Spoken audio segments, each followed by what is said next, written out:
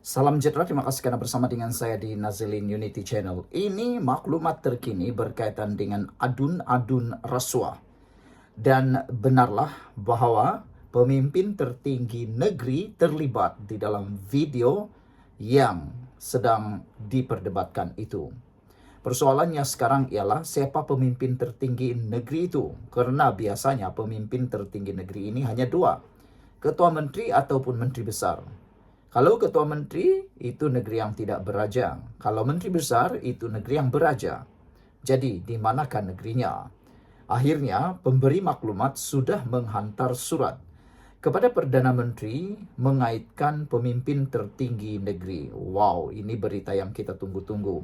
Semoga dengan berita ini dan semoga dengan ini Anwar Ibrahim akan bertindak seperti mana yang telah diwar-warkan dinyatakan beliau, yaitu beliau akan memerangi rasuah sampai habis-habisan.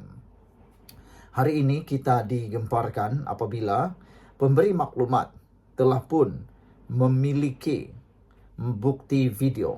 Pemberi maklumat yang memiliki bukti video berhubung skandal rasuah yang didakwa melibatkan beberapa ahli politik telah menghantar surat rasmi kepada Perdana Menteri Anwar Ibrahim meminta diberi perlindungan sebelum membuat laporan SPRM.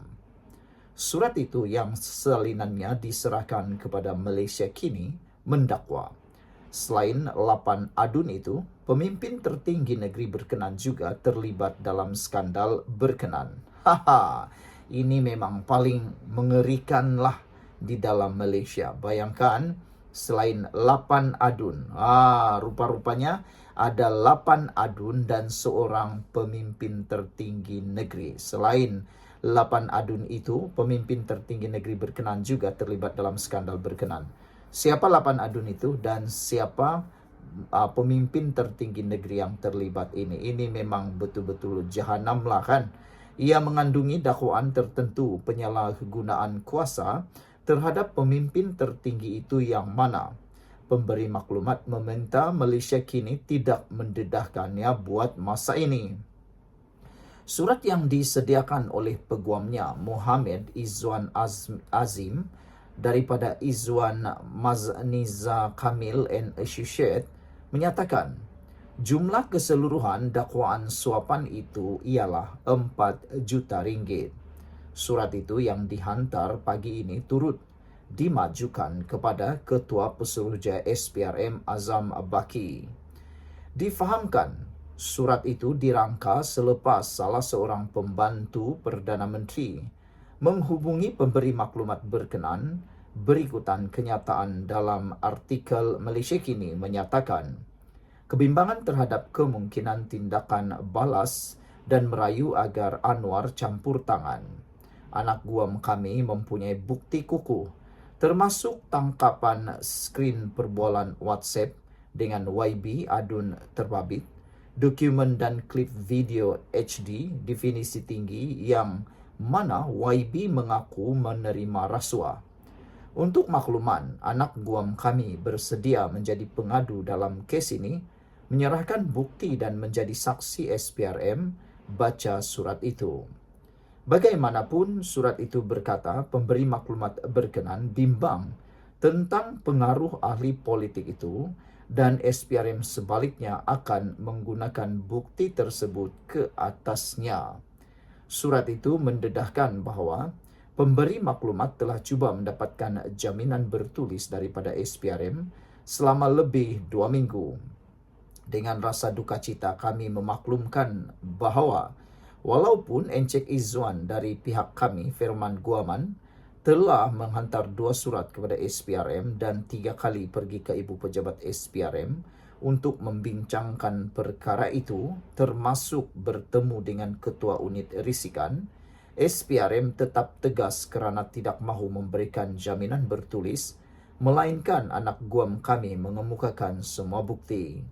SPRM juga bertegas dalam keengganannya untuk mengeluarkan jaminan bahawa perlindungan yang diberikan di bawah Akta Perlindungan Pemberi Maklumat tidak akan dibatalkan, tambahnya.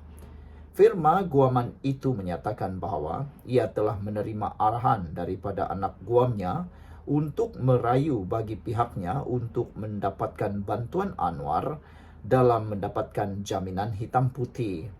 Anak guam kami percaya bahwa perlindungan yang dia minta perlu dipertimbangkan oleh Yang Amat Berhormat Datuk Seri Anwar Ibrahim dan SPRM kerana ini akan menghapuskan ketidakpastian dalam memberikan imuniti kepada anak guam kami sebagai pemberi maklumat.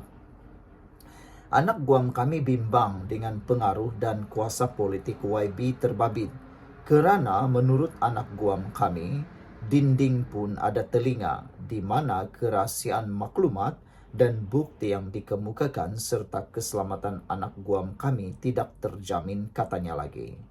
Anak guam kami bimbang SPRM akan menangkap dan mendakwanya jika dia hadir di Suruhanjaya tanpa jaminan bertulis di tangan, tambahnya lagi.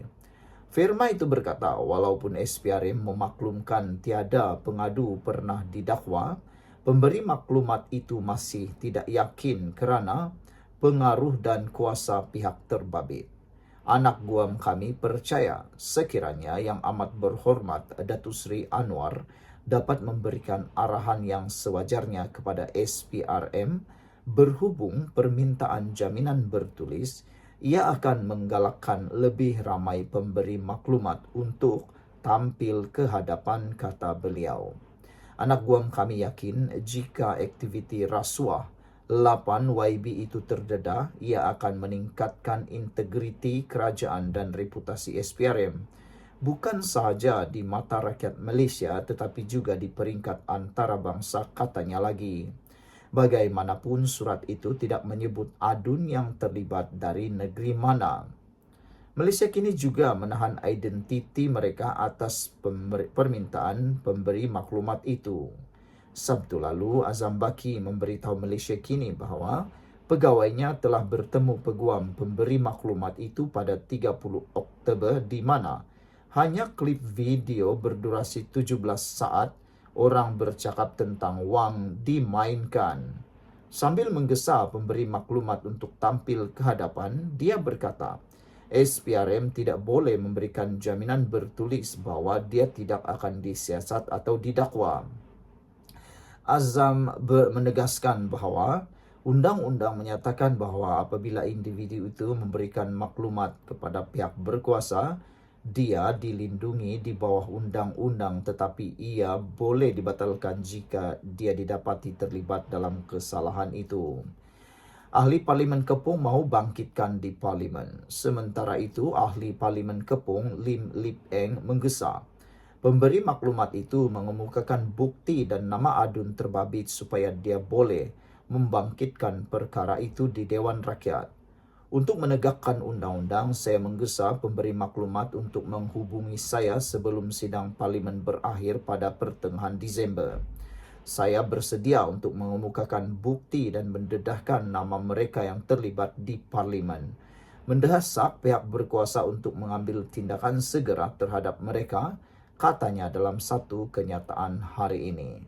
Tindakan yang paling hebat sebenarnya yang boleh dilakukan adalah seperti yang dikemukakan oleh ahli Parlimen Kepung ini, iaitu bawa bukti itu di dalam Parlimen, sebut dan tunjukkan di Parlimen, tiada siapa boleh didakwa di dalam Parlimen. Jadi, orang yang akan disiasat hanya orang yang terlibat, 8 orang adun dan 1 pemerintah tertinggi negeri yang disebutkan sebentar tadi itu. Ada satu komen daripada netizen, bagi ahli Parlimen Kepung Lim bangkitkan perkara ini dalam Parlimen. Beliau lebih berani dan tegas menegakkan keadilan bagi semua pihak, tidak kiralah bangsa dan agama. SPRM dah tertinggal bas untuk tolong dan kini tunggu dan lihat pada Perdana Menteri Madani, kata Nasib Kaula. Apabila pendapat anda untuk isu kali ini, jangan lupa tinggalkan komen anda, tekan butang subscribe. Jumpa lagi.